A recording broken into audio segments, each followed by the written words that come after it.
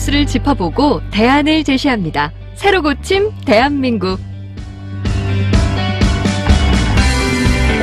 네, 매주 목요일에 찾아뵙는 새로 고침 시간인데요. 노영희 변호사 모셨고요. 어서 오세요. 네, 안녕하세요. 오창익 인권인대 사무국장 모셨습니다. 어서 오세요.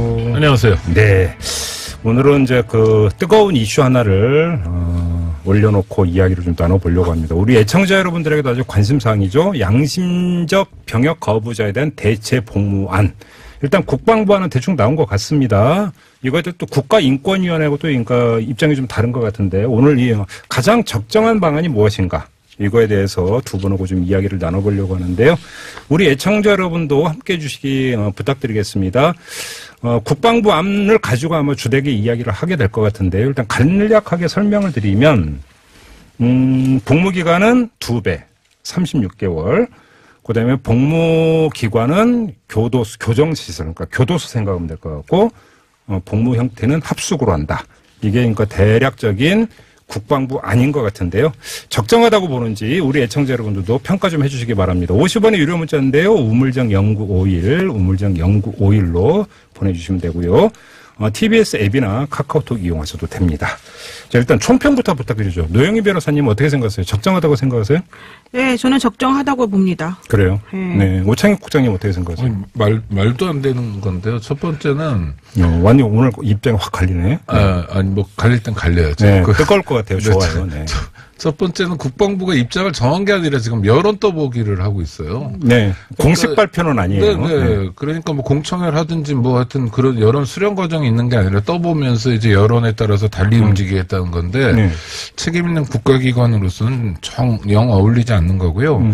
지금 국방부에서 흘리고 있는 대로 36개월 동안 교도소에서 대체 복무를 한다는 건 이건 완벽한 징벌입니다. 잠깐만 알겠습니다. 그러니까 오늘 지금 총평만 하고 하나하나 떼어서 한번 그럼 이야기를 해봅시다. 그러니까 첫 번째 이야기해야 되는 게 이제 복무 기간인데 지금 그 육군을 기준으로 현역병의 복무 기간이 18개월로 가니까 18개월에 2배면 36개월이 되는 건데 일각에 지금 오창익 국장님 이렇게 징벌적 성격이 있다고 지금 먼저 말씀을 해 주셨는데. 징벌적 아니고 징벌. 징벌입니까? 네. 어떤 점에서 그게 문제라고 보시는 겁니까? 아니, 그러니까 육군으로 가면 18개월인데 양심에 따른 병역 거부라는 거를 집중해서 봐서 그렇지만 대체 복무예요. 그러니까 대체 복무는 다른 여러 가지를 하고 있어요. 그러니까 다른 대체 복무와 형평성을 맞춰야 되거든요. 뭐 일부에서는 뭐 산업특례 같은 경우에도 좀 긴 거 아니냐. 거기는 뭐 합숙도 안 하고 거기는 월급도 제대로 따박따박 받는 데니까 비교 대상이 되는 건 아니고요. 그다음에 특히 또 양심에 따른 병역 거부라는 거를 합해서 본다면 글쎄 저는 뭐 2배나 하는 건 정말 이거는 굉장히 험한 징벌이라고 생각하고요. 그럼 적정한 기간이 얼마라고 생각하세요? 육군 기준으로 하면 18개월이고 지금 공군은 22개월로 주는 거 아닙니까? 아직은 아니지만 곧 줄고 있는데 그래서 저는 18개월에서 22개월 사이에 어디가 적정하다고 봅니다. 아, 그래요? 그럼 그게 그러니까 그 18개월에서 22개월 사이를 산출한 나름의 근거도 있을 거 아닙니까? 아니, 그러니까 길게 군대 갔다 온 사람은 22개월이고 짧게 갔다 오면 18개월이니까 그 어간이면 좋다. 다시 얘기해서 군복무 기간 정도만 대체 복무를 해도 아무 문제 없다. 아, 그래요? 예. 노영희 변호사님은? 저는 원래 36개월도 짧다고 생각했는데. 어떤 점에서 그렇게 생각하셨어요? 그냥 기본적으로 우리나라의 뭐 여러 가지 사정상 지금 현재 모병제가 아니라 먼저 이런 식의 지금 그 병역 의무제를 채택하고 있는 상황이라고 한다면 그러한 체제에 이제 따르는 게 기본적으로 저는 맞다고 보고 만약에 무슨 뭐 종교적 신념이든 무슨 신념이든 간에 신념 때문에 못한다라고 한다면 그런 신념에 상응하는 식으로 그런 뭐 병역 그러니까 뭐 집총을 안 하게 해준다든지 이런 식으로 해주면 되는 거지 왜 개월수를 가지고 뭐라 하는지 저는 좀 이해가 안 가고요. 그게 왜 징벌이라고 생각하십니까? 본인들이 원하는 대로 대체적으로 다른 행동을 하게끔 해주고 있는데. 징벌이다 아니다. 그러니까 지금 쟁점이 하나 나왔습니다. 원하는 대로 다른 대체 복무를 하게 해주는 데서 멈추면 징벌이 아니죠. 기간이 다른 현역병에 비해서 2배가 되면 그거 징벌적 성격이 있다는 거고요. 약간 징벌이라 그랬잖아요. 징벌적이 아니라. 아니, 그러니까 우리고 징벌이죠. 네, 징벌적 징벌적인만이 아니라 증벌이죠. 그건 완전히 죄를 주는 거죠. 그리고 대체복무 장소가 잠깐 장소는 좀 이따 얘기를 하고요. 지금 그 유엔의 권고안을 보면 그 이제 뭐 국제 기준이라고까지 못하면 이제 다른 나라가 더 어떤가 이걸 볼 때 유엔의 어떤 그 권고안에 따르면 최대 어떤 2배를 넘지 않는다 이렇게 지금 돼 있다고 하는 것 같아요. 그러면 이걸 거꾸로 해석하면 최대 2배까지는 그거 괜찮다라는 걸도 해석이 될 수 있지 않을까라는 질문을 제가 오창익 국장님께 드려보겠습니다. 뭐라고 답변해 주시겠습니까? 36개월이냐 또는 뭐 27개월이냐 또는 18개월이냐 그러니까 그 군 복무만큼 대체 복무를 할 거냐 1.5배냐 2배냐에서 핵심은 뭐냐면 군대 가는 만큼 고생해야 된다. 근데 군대 가는 건 굉장히 많이 고생하기 때문에 개월 수를 늘려서 2배 정도 돼야 뭐 비례가 맞는다 이런 발상이에요. 근데 교도소에서 만약 근무하는 거로 생각하면 교도소에 지금 수감 생활할 때 그 양심에 따른 병역 거부는 정찰제 판결이라고 그래가지고 1년 6개월이 꼬박꼬박 나왔어요. 1년 6개월 나와야 이제 형이 면제가 군 복무가 면제가 되기 때문이고 그런 가석방을 감안하면 통상 1년 한 3개월 정도 복무를 복역을 하고 나오는 겁니다. 그러니까 군대 그러니까 양심적 병역 거부에 따른 형사처벌 얘기, 양형 얘기는 거죠. 형량. 그렇죠. 근데 지금 여호와의 증인 등 양심에 따른 병역 거부를 한 사람들이 교도소 구치소에서 어떤 역할을 하냐면 그 속칭 소지 또는 소재라고 그래서 수용자들 생활 거실에 뭐 편지를 갖다 주거나 밥을 나르거나 뭐 이런 일들을 해요. 왜 교정 당국이 병역 거부한 사람들에게 그런 걸 시키냐면 다른 사람 못 믿겠는 거예요. 그러니까 오죽하면 이제 군대 안 가고 감옥에 왔냐 성실하다 믿을만 해서 그런 걸 시키는 거예요. 근데 이 사람들이 이제 감옥에 안 오게 되면 이 인력이 비게 되는 좀 뭐 실무적인 고민이 있는 것 같고 그러니까 지금 국방부가 흘리고 있는 안대로라면 구속돼서 교도소 가서 1년 6개월, 사실은 1년 3개월 정도 생활하고 있는 똑같은 내용의 복무를 사실상 3배 정도 하라는 거거든요. 그러니까 이건 좀 문제가 있는 거죠. 그래요? 교도소, 그럼 자연스럽게 그 얘기로 넘어가 보죠. 그러니까 그 복무기관이 교정시설, 그냥 교도소라고 합시다. 그러니까 교도소로 지금 그러니까 그 한정을 한다. 그리고 그것도 합숙으로 한다. 일각에서 그런 얘기를 하고 있습니다. 우리 형 사실상 감옥 생활 아니냐, 사실상. 이렇게 이야기하는 사람들이 있습니다. 어떻게 말씀해 주시죠? 저는 교도소 근무하시는 분들이 매우 기분 나쁠 것 같아요. 아, 그렇게 이야기하면? 그럼요. 교도관들이요? 그럼요. 교도관들은 거기서 매일 그렇게 열심히 일을 하고 계시는데 지금 말씀하시는 대로라면 거기서 근무하는 것 자체를 지금 징벌적으로 본다는 거잖아요. 얼마나 기분이 나쁩니까? 아니, 교도관들도 스스로 반징역이라고 하는데요. 그건 직업으로 선택한 거기 때문에 적정한 예는 아닌 것 같아요. 그리고 중요한 것은 아까 흘린다고 자꾸 말씀하셨는데 그런 표현은 좀 적절하지 않은 것 같고요. 실제 국방부가 뭘 흘려요, 흘리기는. 아니, 제가 보기에는 정식으로 발표한 게 아니라 잠깐만 제가 잠깐 말씀드리잖아요. 아니 말씀하셨으니까 국방부에서 언론을 통해서 이렇게 얘기하고 있는 걸 흘린다고 그러지 이걸 뭐라고 그럽니까? 보도자를 배포하거나 한 게 아니라. 알겠습니다. 예. 계속 말씀해 주시죠. 또 하나는 아까 뭐 여호와 증인이나 뭐 그런 분들을 믿기 때문에 편지 나르는 일을 시킨다고 하시는데 그것도 매우 저는 부적절하다고 봅니다. 그거는 사실 확인도 안 된 얘기일 뿐더러 그렇게 말씀하시면 다른 분들 아니 확인 안 되는 게 제가 감옥하고 군대 전문가예요. 그 실제로 소재는 다 여호와의 증인들이 하고요. 그러니까 저는 뭐 노영희 변호사님만이 아니라 그러니까, 대부분의 아니 잠깐만요 스톱. 그러니까 그분들이 그런 뭐 아니 남의 얘기에 대해서 확인도 안 된 얘기. 아니 제가 지금 말하는 게 잠깐만요. 제가 얘기하잖아요 지금. 자 잠깐만요. 두 분. 제가 지금 말씀드리는 걸 오해를 하고 계셔서 제가 지금 지적을 하는 건데요.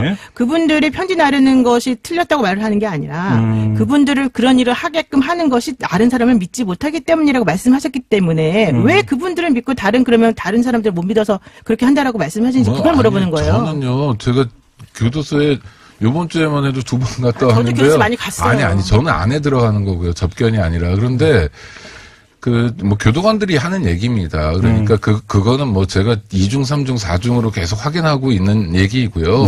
그래서 이제 관례적으로 소재를 시키는 게 되게 오래됐어요. 근데 그러니까 노 변호사님 저한테 뭐 확인도 안 된 얘기 이렇게 뭐 흘린다 이렇게 비본질적인 표현 가지고 말씀하실 게 아니라 자, 양심에 따른 병역 거부가 인정이 되고 대체 복무를 하게 되는데 이 제도를 어떻게 세팅하는 게 좋은가?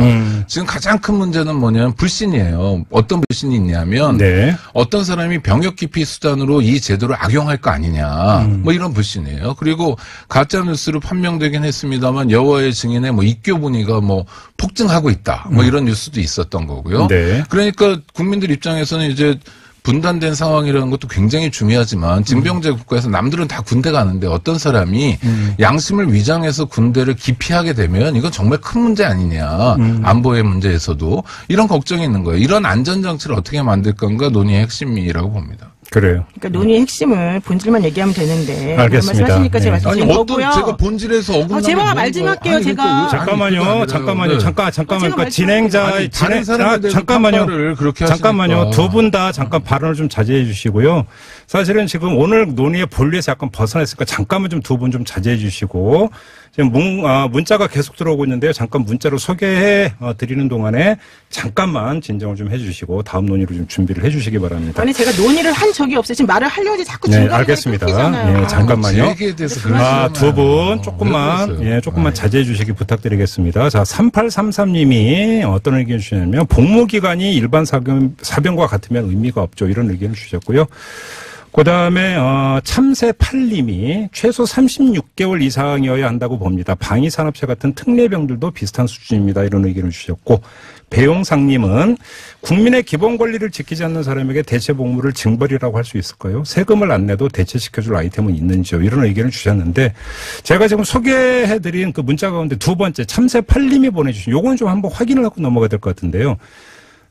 방위산업체 같은 특례병들도 비슷한 수준이라고 이야기했는데 여기서 일단 좀 다른 점이 합숙이냐 출퇴근이냐. 네, 요게 이제 그 판단의 기준이 돼야 되는 부분이 있는 거죠. 그러니까 단순히 기간만 가지고 단순 비교가 될 수 있는 건 아니죠. 그렇죠. 네, 고통의 정도예요. 그러니까 복무 수행의 어려움의 정도가 되게 중요한데 그러니까 방위사업체 같은 경우에 뭐 한 50개월을 한다 하더라도 출퇴근을 하고 있고 급여를 받고 있고 또 유관된 데서 일합니다. 그러니까 이제 그 양심에 따른 병역 거부를 한 사람들이 나중에 뭐 교도소에서 일하게 된다거나 교도관이 된다거나 하는 자연스러운 연계가 있으면 모르지만 방위사업체는 전혀 다른 차원이거든요. 산업특례 같은 경우도 마찬가지고. 그래서 이거는 좀 단순 비교하기는 어렵다라는 알겠습니다. 거고요.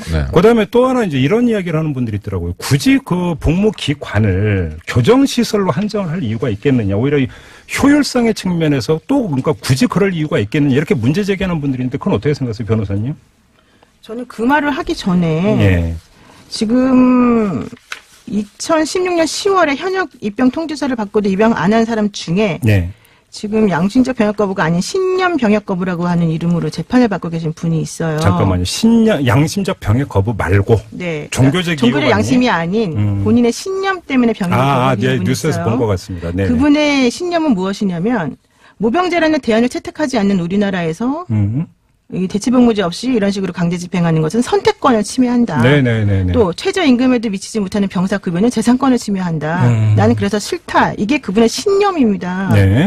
지금 양심적 병역 거부에서 양심이 도대체 무엇인지에 대해서 논의가 이제 여러 개가 있고 또 사실은 그런 양심이 무엇인지에 대해서 여러 번의 뭐 얘기가 됐기 때문에 굳이 더 말할 필요도 없겠지만 그런 논리라고 한다면 저는 신념 병역 거부라고 하는 것도 당연히 타당하다라고 봐야 될 것이고 또 하나 그러면 예비군들의 병역 의무 예비군들은 어떻게 될 것이냐. 이런 부분도 저는 사실은 좀 논의가 잘 된다고 봐요. 파생될 문제가 많습니다. 지금 변호사님이 제기해 주신 대로. 자, 거기서 지금 계속 문자가 들어오고 있는 것 중에 하나가 어떤 거냐면 양심적 병역 거부라고 하는 표현. 어떤 성격 규정. 이거에 대해서 동의하지 못하겠다는 분들도 지금 많은 문자를 보내주고 있는데요. 이거에 대해서 어떻게 생각하세요? 그건 뭐 당연한 말씀이라고 봐요. 그러니까 그 양심에 따른 병역 거부라고 표현하니까 뭐 군대 가는 사람들은 양심이 없냐, 바로 그 얘기죠. 라는 볼멘 소리가 나오는 건 뭐 타당한 거고요. 근데 이 양심이 뭐 병역 거부한 사람 양심이 있고 가는 사람 양심이 없다 이런 차원이 아니라 그 요번에 대법원에서 무죄하면서도 그런 표현을 했었는데요. 그러니까 뭐 어떤 특별한 가치를 담고 있지 않은 거라고. 그러니까 신념이든 그 신념이 뭐 정치적 신념이건 사회적 신념이건 또는 종교적 신념이건 간에 그 사람 내면에 형성되어 있는 그 상태를 양심이라 부른다 가는 거 정도니까 네. 그냥 군대 갔다 오신 분들 또 가야 되는 분들 입장에서는 그냥 그 사람의 마음이다. 그 사람의 어떤 태도다 이렇게 보시면 될 것 같고요. 그러니까 선량하다 했을 때 양심. 그러니까 군대 안 가는 사람은 선량한 사람이고 군대 가는 사람은 불량한 사람이다. 이런 구도가 전혀 아니라는 거. 근데 바로 그 용어를 대체하기가 어려운 게 국제적으로 다 그런 표현을 쓰고 있어서 양심에 따른 병역 거부라는 표현을 쓰고 있긴 한데 네. 군대 가는 사람들 입장에서 또 가야 되는 사람들 입장에서 그 표현이 사실은 좀 자극적이라는 건 전 인정합니다. 바로 그 점에서 조금 전에 노영희 변호사께서 제기했던 그러니까 신념에 따른 병역 거부의 경우 이거하고 이제 연결이 되는 얘기인데 그러면 쉽게 하면 종교적 신념에 따른 병역 거부라고 하면 뭐 깨끗해질 것 같은데 다른 케이스가 지금 있다는 것 아니겠습니까? 그러면 이럴 때마다 그럼 케이스마다 그러면 또 이름을 명명을 할 것이냐? 현실적으로 네, 이런 문제가 있으니까 그냥 양심적이라고 하는 이제 포괄적인 단어를 쓰고 있는 것 같은데 어떤 사람은 사상 때문에 안 간다, 못 간다는 사람도 있고 그런데 여호와의 증인만이나 불자에서 못 간다, 뭐 천주교 신자에서 못 간다 이런 사람들도 있었거든요. 존재하고요. 예. 그러니까 뭐 특정 종교적 양심 병역 거부 이렇게 청취자분들 말씀 주시는 분도 있는데 그렇게 표현하면 좀 담기지 않는 게 있어서 하여튼 양심적 병역 거부, 양심에 따른 병역 거부란 표현이 썩 듣기 좋진 않다라는 오해의 소재가 있다는 것이죠. 대목에 대해서는 저도 동의합니다. 사실 양심이라고는 단어는 그 사람이 누구나 가져야 되고 또 갖고 있는 것이기 때문에 너무 이건 그 보편적인 개념인데 이걸 여기에 적용해서 성격 규정용 용어로 쓰는 게 과연 적당하냐 바로 이거에 대한 문제 제기인 것 같아요. 그렇다고 또 경우가 여러 가지가 있는데 그걸 또 포괄할 수 있는 그러면 다른 단어가 뭐가 있겠는가? 이것도 문제일 것 같은데 변호사님은 율사로서 어떻게 생각하십니까? 그러면은 뭐 종교적 양심 거부라는 식으로 그 앞에 뭔가 좀 특정할 수 있는 단어를 써줘야 되겠죠. 예. 근데 제가 궁금한 것은 이 병역 거부에 이제 여러 가지 종류가 있는데 네. 지금 말씀하시는 것처럼 아예 군대 자체를 거부하는 분들도 있고 또 혹은 집총만 거부하는 분들도 있어요. 그러니까 이분들 예를 들면 제7일 안식교회 같은 분들인데요. 네. 그런 분들 같은 경우는 일단 군대는 가지만 거기서 집총만 거부해서 이제 결과적으로는 항명죄를 처벌을 받죠. 군대에서. 예. 그러니까 저는 좀 약간 특이한 게 이 종교라고 하는 것이 전부 다 모든 사람을 사랑하라고 그러고 다른 사람을 해하지 말라라고 하는 게 기본적인 교리이잖아요. 예. 근데 이제 그 중에서 어떤 그 뭐 파는 이렇게 전체적으로 아예 모든 걸 싫다고 그러고 어떤 데는 또 뭐 십자군 전쟁처럼 나가서 하는 건 당연하다고 하기도 하고 그러지 않습니까? 그런 상황이라고 한다면 우리가 일률적으로 무언가를 그 똑같이 판단할 수 있는 기준이라고 하는 게 과연 있을 수 있는 것인가부터 이제 생각을 해볼 수밖에 없는 거다. 예. 그래서 우리나라 같은 현실이 있는 게 사실은 나쁘죠. 우리나라 같은 현실 때문에 사실은 이런 문제가 발생하니까. 근데 만약에 그게 아니라고 한다면 우리나라에서 안 태어났으면 좋았겠지만 어쨌든 태어난 상황이라고 한다면 어떻게 할 것인가 이제 이 논의가 두 번째로 저는 돼야 된다고 보는데 그런 논의를 하는 과정 중에서 그런 국가가 가지고 있는 기본 관이나 이런 것들을 다른 사람들을 매우 부적절한 방법으로 사실은 상당히 좀 안 좋게 마음을 만들게 만들어 버리는 이런 상황 자체가 저는 좀 약간 배려적이지 않다 이런 생각을 좀 합니다. 알겠습니다.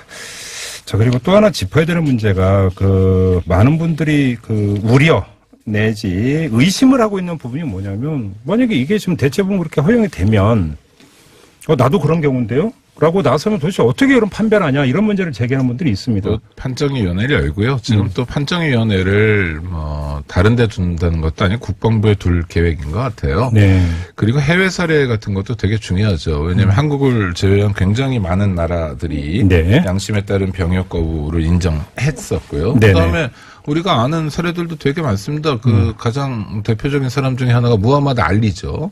원래 캐시어스 클레이 헤비급 챔피언이었는데 베트남 전쟁 중간인데 갑자기 1967년이었어요. 갑자기 자기는 무슬림이다, 개종했다. 난 군대 못 가겠다 했어요. 아, 예, 그랬었죠. 네네. 예, 맞아요. 예. 그 아주 유명한 사건입니다. 그 다음부터 이제 우리가 아는 무하마드 알리가 되는데, 그럼 이 사람이 어떤 처벌을 받았느냐? 그렇지 않았어요. 다만 미국 국익이란 차원에서 헤비급 챔피언을 빼앗겼습니다. 나중에 다시 뭐 경기에 나가서 이제 챔피언이 되긴 했습니다만, 안보 위협에 대해서 뭐 굉장히 크게 느끼는 이를테면 대만과 타이완 같은 경우요. 우리는 분단이지만 타이완 입장에서 양안 문제잖아요. 그런 경우에도 양심에 따른 병역 거부 인정하고 있고요. 뭐 이스라엘도 마찬가지고 세계 거의 모든 나라에서 양심에 따른 병역 거부를 인정하고 있습니다. 그런 나라도 우리 같은 우려가 있을 거 아닙니까? 그렇죠. 군대 가지 않겠다고 그렇게 거짓말하거나 허위 양심을 들이미는 사람들 어떡하냐. 근데 그런 사례가 보고되지 않고 있어요. 왜 그러냐 하면 일단 그 군대가 우리보다 조금 뭐랄까 좀 좋은 군대가 된 나라들이 많고요. 예를 들면 복무 기간의 문제라든지 뭐 이런 게 하나 있고요. 또 하나는 대체로 군복무하는 것보다 대체 복무하는 게 좀 더 힘듭니다.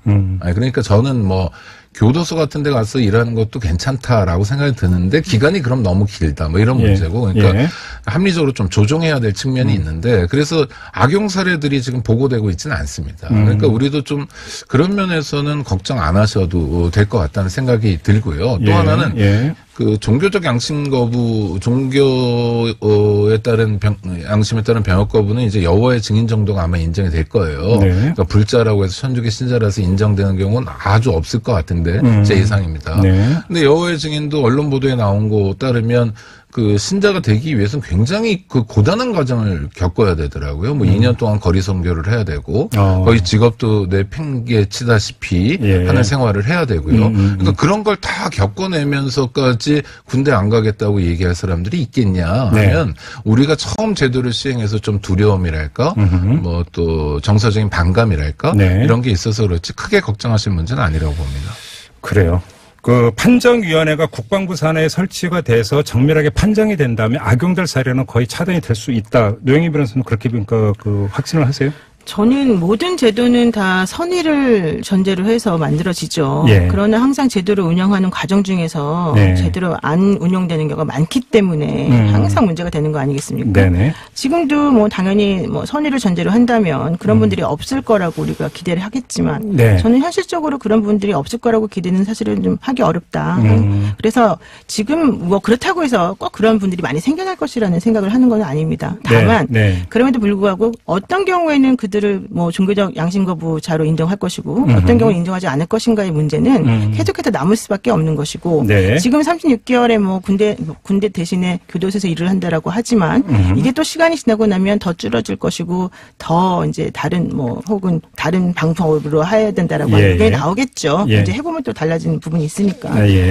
저는 이제 그런 것들을 우리가 이제 지금 처음 시도를 하는 과정이기 때문에 어쨌든 있을 수 있는 여러 가지 것들에 대해서는 논의를 하는 것이 필요하다라고 보는데 이제 그럼에도 불구하고 우리나라 지금 현실에서 이런 모든 것들을 좀 수용하기에 적합한 현실인 것인가 이런 부분에 대해서는 조금 회의적인 시각입니다. 알겠습니다. 이제 이 문제를 접근에 들어가는 데 있어서 어떤 그 보편적인 인권의 어떤 원리라고 하는 것들이 있을 수가 있고 제도의 원칙이라는 것도 있을 수가 있고 또 한 가지는 이런 게 있는 것 같습니다. 많은 분들이 지금 문자를 통해서도 그게 좀 간접적으로 확인이 되고 있는 것 같은데 우리나라는 징병제고 인생에서 가장 어찌 보면 클라이막스 정점에 있는 상황에서 군대에 가고 거기서 일정 기간 동안은 사회하고 차단이 되고 그것이 그렇다고 해서 적극적인 보상이 이루어지는 것도 아니고 거기서 오는 박탈감. 근데 나는 이러는데 다른 사람이 이렇다면 좀 아니지 않느냐는 형평성에 대한 어떤 문제의식. 이런 게 이 정서가 깔려있다고 봐야 되는 거 아닌가요? 전적으로 인정합니다. 그게 어떤 경우 여혐으로도 여성 혐오로도 이어지고 막 그러는데 그래서 사실은 양심에 따른 병역 거부와 대체 복무를 어떻게 할게 논의의 중심이 아니라 군대를 어떻게 바꿀까예요. 지금 군인 병사들이 전쟁 수행 능력이나 작전 수행에서 차지하는 역할이 거의 없습니다. 왜냐하면 한국 전쟁 시기가 아니기 때문에 현대전은 그렇죠. 병사를 공군에 간 병사가 비행기 전투기를 조종하는 것도 아니고 정비하는 것도 아니에요.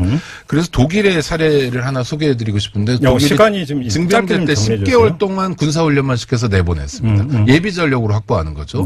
그러니까 병역 복무 기간을 훨씬 더 줄이고 대접 잘해주고 그래서 박탈감을 줄여나가는 것도 굉장히 중요한 관건이라고 말씀드립니다. 누가 이런 얘기를 양심적 병역 거부제가 이 문제가 결국은 모병제 이야기를 또 촉발시키는 하나의 계기가 되지 않겠느냐 이런 이야기를 하던데 그건 조금 더 있어야 되는 그런 이야기인 것 같아서 그 점만 확인을 하고요. 오늘 이렇게 시간이 다 됐네요. 마무리하도록 하겠습니다. 노영희 변호사, 오창익 국장 두 분과 함께했습니다. 고맙습니다. 네, 고맙습니다. 고맙습니다. 자, 7시 53분 27초 지나고 있는